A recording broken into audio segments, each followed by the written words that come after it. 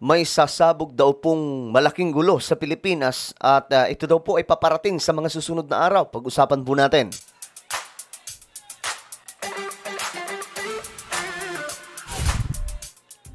Alright guys, tingnan po natin itong balita mga sangkay kasi nga raw may mangyayari daw pong malaking gulo sa ating bansa. At ang ating presidente nga po natanong din patungkol dyan at tingnan po natin kasi may pattern po silang susundin this month patungkol po dito sa malaking gulo na gagawin laban po sa ating pamahalaan. Anyway, bago tayo magtuloy-tuloy sa mga hindi pa po dyan nakakapag-subscribe sa ating YouTube channel, tayo po ay 1.58 million subscribers na. Paangat po tayo ng paangat mga sangkay. Kaya naman kung gusto mong mapabilang sa dumaraming mga solid sangkay, makikita nyo po yung subscribe button sa baba ng video na to. I-click nyo lamang po yan guys. Tapos i-click nyo po yung bell at i-click nyo po yung all. Sa mga nanonood naman po sa Facebook, syempre i-follow nyo po yung ating Facebook page. Alright. So, ayun nga po mga sangkay. Ito yung balita. Si PBBM ay nagsalita na nga po regarding dyan. May ikakasa daw po kasing tinatawag na large-scale protest sa November 30. Pero mga sangkay, hindi po ito yung tipong yun na kaagad sa November 30. Mayroon pong pasasabugin po silang mga issue by first week of November. Mga ganyan, mga sangkay. First week to second week, kailangan may maungkat sila na posibleng magturo kay PBBM para po may reason na po sila sa kanilang gagawin. Kumbaga, gagawa po sila ng drama para gawin ang kaguluhan sa ating bansa. Kasi, alam nyo, tinanggihan nga po sila ng AFP, ng Armed Forces of the Philippines. Kasi ang sandatahan ng Pilipinas, kinausap na sumali sa isang malakihang kudita. Kasi wala po silang mahatak mga sangkay na tao sa rally. Wala po talaga yung pure na DDS sa magrarally na sasabihin pong sila ang super majority. Wala pong pumapatos. Kunti lang. So ito na po ngayon. Nag-come up na since tinanggihan ng AFP yung kudita na plano nila. Kasi ayaw nga ng AFP kasi ang ipapalit si VP Sara, hindi po nila matanggap na babae ang ipapalit at ganong klaseng babae kasi nakita nila na si Vice President Sara Duterte hindi po nag-iisip sa mga desisyon. Nakita nyo mga sangay kung paano po magalit si VP Sara, 'di ba? Nakita nyo kung paano po siya magsalita ng agaran sa tuwing mayroon pong mga mabibigat na sitwasyon. So hindi po siya nakakapag-isip. So, ayaw ng Armed Forces of the Philippines na siya ang ipapalit. Kasi kung siya ang ipapalit, anak ng tokwa, baka isubo sila sa sa kung anong misyon. Ngayon, mga sangkay, since palpak yung plano nila na pakilusin yung sandatahan, kahit anong gawin nila, palpak. Ito na. Gagamitin na po nila ang religious freedom. Ito na yung religious freedom, gagamitin po nila. Itong mayroon pong 3 na relihiyon na posible daw magsama-sama sa November 30. May mga pinangalanan mga sangkay, possible daw hindi ko alam kung gaano katotoo ito. Possible JIL, INC, at mayroon din po yung kay Pastor Kibuloy. So ito daw po yung pwedeng mangyari mga sangkay na magsanib puwersa by November 30. Kaya pala may mga nakikita akong post mula sa ilang personalidad na member po ng INC na nagising na daw po ang higante. So parang sila ang higante sa Pilipinas. Ngayon, mga sangkay, pero hindi po nila gagawin to sa November 30 na bigla na lamang lalabas.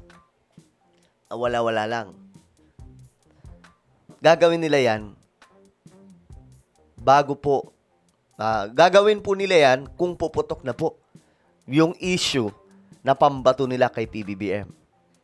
Ito na yon mga sangkay. Ngayon, tinanong si PBBM about dyan. No. The only concern I have when we have demonstrations for whatever reason is that there are agitators who will go and try to cause trouble. What demonstrator goes to a demonstration with Molotov cocktails that are not intending to cause trouble or to hurt people? Those are the people that we are worried about. And those are the people that we are watching out for. We have a good idea who they are. And I hope that they don't, tanggalin na ninyo sa isip ninyo yan. Manggugulo kayo, wala namang mangyayari, may masasaktan lang. Nasasaktan pa yung mga kasama ninyo kuminsan. Yung mga pulis, wala namang kinalaman yung pulis. They're just there to control the crowd. They're not there to hurt anyone. So that's the only thing I worry about. That's the only thing I worry about. Because we know the reasons for this. The reasons is the outrage for what we have been slowly or not so slowly discovering about some of these projects that were egregious in implementation and shameless in I don't know what you want to call it, in dishonesty and abuse. So, of course they will, you know, of course that will be a cause for outrage. You know, those funds are supposed to go to people, to feed people, to make their lives better, and that all disappear because they're buying airplanes and buying big mansions kung saan-saan. It's, you know, of course it will be angry. Isipin mo, ang buhay nila ganyan, kami gutom. Okay, so sa madaling sabi, ang punto pa rin ni BBM, naiintindihan niya yung taong bayan, mga sangkay, sa nangyayari kung magrarally sila. Kasi nga, dahil nga po sa frustration ng mga Pilipino dito sa mga magnanakaw na bumibili po ng mga mansion, mga properties from the people's money or fund. Kasi galing po yan sa tax ng taong bayan. Sa talagang mismo siya mga sangkay. Actually, kung tutuusin, dapat po tayo magpasalamat kay BBM. Wala pong ibang presidente na gumawa niyan. Siya lamang po. Yung maglabas ng information about sa malaking korupsyon ng gobyerno, no one, walang ni isa na presidente na naglabas niyan na sasabihin niya may korupsyon sa aking bakuran. Walang may naglakas ng loob. Even the former President Rodrigo Duterte. Diba? Nag-expose siya, pero wala po siyang ginawang aksyon. Why? Bakuran niya yun eh. Kakalabanin niya sarili niyang bakuran. Pero, ito lang yung kinabiligban ko kay BBM. Kasi, siya po, gumawa po talaga ng aksyon para dito. Hindi lamang po siya nag-expose ng SONA. Kung tutuusin, pwede niyang isekreto yun eh. Pwede po siyang magpagawa na lang na mas malalaking project para po pangtapal doon. Kasi hindi na po mapapansin yun. Wala na nga po nakakapansin eh. Diba? Puro na lamang po haka-haka. Pero pinasabog ni BBM. Nung pinasabog, eto tayo ngayon. Diba? Galit na galit. Ngayon, ang pinag-aalala ni BBM, bagay yung warning niya dito, itong mga naglarally na nanggugulo. Nakita nyo last time, September 21, anong ginawa nila? Diba? Ginulo ang Maynila, ginulo yung hotel, may inano na hotel, may pinasok yung stoplight, yung traffic light, sinira nila. So, hindi po talaga maganda yung intensyon. So, yan ang binabantayan nila Pangulong Bongbong Marcos. Pero, ang sabi niya mga sangkay, hindi siya nag-worry sa gagawin nila sa November 30. Pero mga sangkay, tandaan po natin, hindi tumitigil itong mga ito para mawasak si BBM. Why? Ito lang, ganito lang mga sangkay. Ano ba ang trip ng mga ito? Ang gusto nila mapababa si BBM. Yung mga hindi totoo na na nananawagan na laban sa korupsyon. Yung mga fake. Ang gusto nila, mawala si BBM at ipalit lang si VP Sara. Yun lang.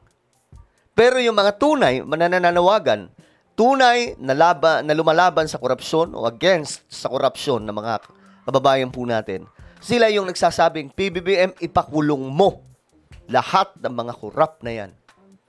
Bawiin mo lahat ng kayamanan. Diba? Yun sila. Yun yung mga tunay. Pero yung mga hindi tunay na nananawagan, na kunwari sila ay against sa korupsyon, sila po ay, ang tumbok nila, mag-resign ka na BBM, si Sara ang papalit. Diba mga sangkay? Anak ng toko yan. Pero ganito lang yan. Kapag bumaba si BBM, marami pong mga buhaya ang babalik. Remember, naka-ready na ang kulungan para sa kanila. Kapag bumaba si BBM, alam nyo na ang mangyayari. Balik ulit ang sistema. Tingnan nyo mga sangkay kung ano ang mga statement nila VP Sara. Tingnan nyo anong mga statement ng mga DDS. Tingnan nyo yung mga involved. Kanino kumakampi. Diba, mga sangkay? Alam nyo kaagad ang pattern na kapag mawala si BBM, absuelto lahat ng mga ito. Ganun lang. So, kawawa na naman po ang taong bayan. Ito na naman po tayo. Back to normal ulit. Back to system. Ang sistema ng nakawan ng bayan, babalik lang ulit. Ganun lang simple. Walang mapapanagot. Walang mapapakulong. Kawawa ang Pilipinas. Diba? Well, ito yung pagandaan. May drama silang gagawin ngayon para sa isang malaking kaguluhan by November 30.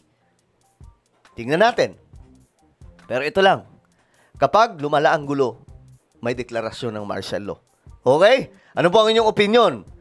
Comment down below. Mayroon po tayong YouTube channel, Sangkay Revelation. Hanapin nyo po ito sa YouTube. Kapag nakita nyo na, i-click nyo po yung subscribe, i-click ang bell, at i-click nyo po yung all. Ako na po ay magpapaalam. Mag-iingat pong lahat. God bless everyone.